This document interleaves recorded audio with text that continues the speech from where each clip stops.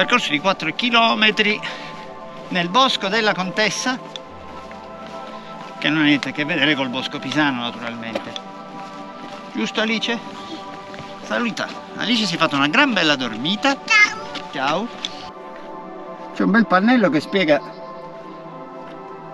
i diversi tipi di funghi che si incontrano in questa zona. Altro che scivola, vero Alice? Hai visto come ho salito e ho sceso? Certo, l'ho visto. Ho visto come sei scesa dalla scaletta.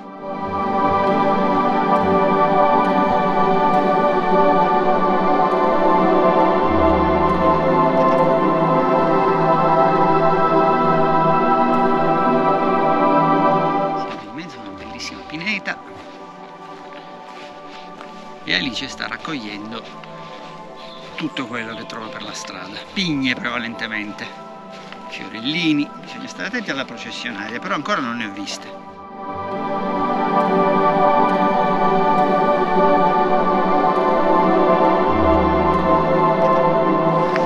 Pacco giochi. Beh, dipende cosa intendi per pacco giochi. Se vuoi lo scivolo non lo so se c'è, però se intendi un posto dove si può giocare e divertirsi, mi pare che qui c'è spazio in abbondanza.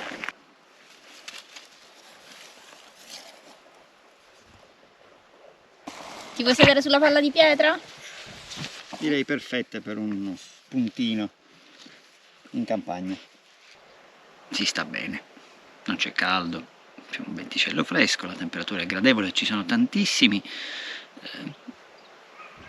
diciamo escursionisti, forse è una parola grossa visto che si tratta di un sentiero assolutamente semplice e alla portata di tutti, però comunque ci sono tante persone. Per chi vive in città già solo trovarsi in un ambiente del genere e godere dell'aria fresca, del silenzio, dei profumi della campagna non ha prezzo.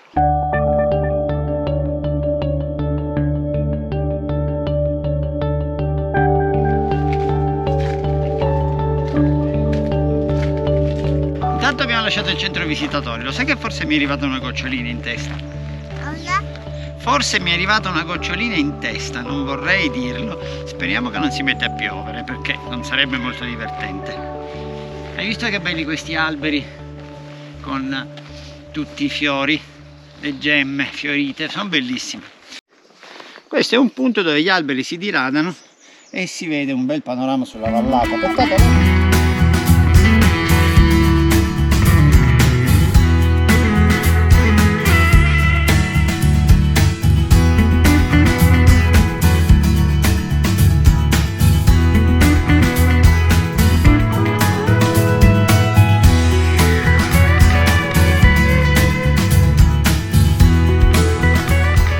Per il momento sembra poca roba, ma in realtà con questi asparagi ci si fa tranquillamente una frittata.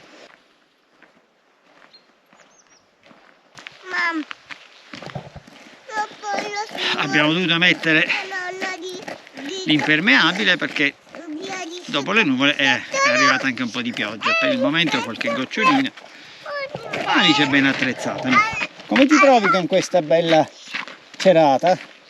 C'ha anche le tasche, cosa c'hai dentro le tasche? Le pigne. C'hai le pigne. Forse qualcuno la potremmo lasciare per strada. Il percorso è pressoché pianeggiante, non riserva nessun tipo di asperità. Cosa ci facciamo con questa pigna? La potremmo fare tutta dorata e la mettiamo sull'albero di Natale. Mi sembra una... Ah, che bella, fammela vedere. Ma togliamo il cappuccio. Complimenti, ma dove l'hai trovata? Tolgo il cappuccio, Alice. L'ho trovato da lì. Sei stata brava. Questa bellissima casetta con un panorama di quelli memorabili. Hai visto che sono di colori diversi? Quella che hai in mano è grigia, mentre l'altra è color marrone. Dici marrone. Una grigia e una marrone.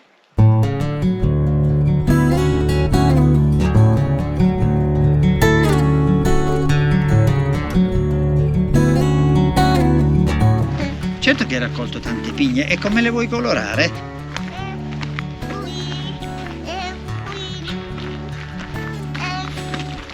A me mi piace il bianco, lo voglio colorare con il bianco. Ottima scelta.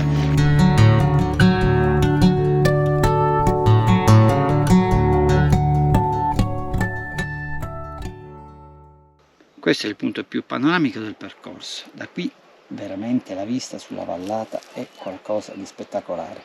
I bambini si distraggono facilmente e trovano come divertirsi quasi sempre.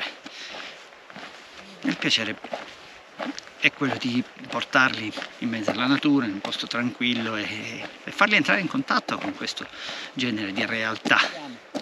Qua c'è un breve tratto asfaltato, ma poi ricomincia il sentiero. No, lo specchio. E ora te lo passo lo specchio. Intanto stavo controllando che tu fossi sistemata bene. Mi pare che ci sei. Certo, forse se fosse un po' più grande lo specchio sarebbe meglio.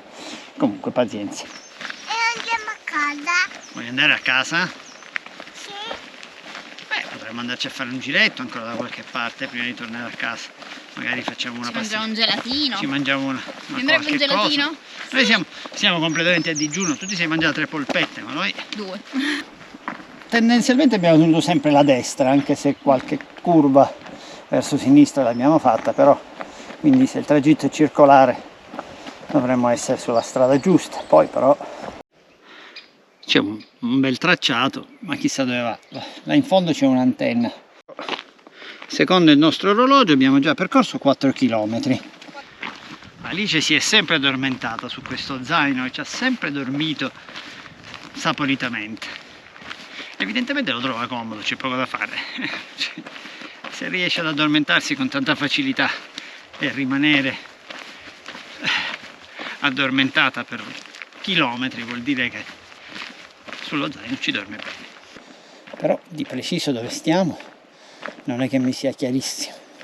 Penso che si debba andare a destra, anche perché da sinistra non siamo venuti, quindi la logica vorrebbe. C'è un cartello però e questo ci consola. David Guffari, non l'avevamo mai visto, Casa Contessa.